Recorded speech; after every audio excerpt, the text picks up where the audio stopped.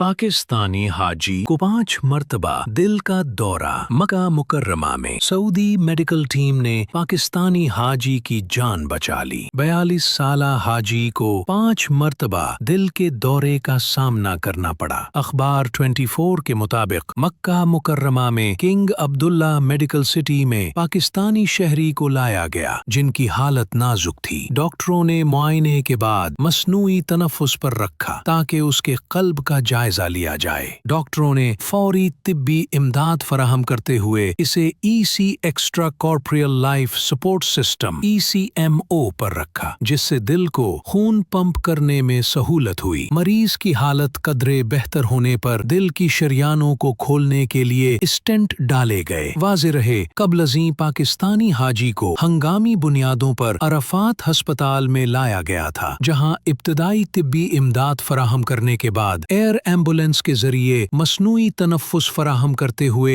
King Abdullah medical city पहुंचाया गया, जहां दिल की कामयाबी सर्जरी की गई।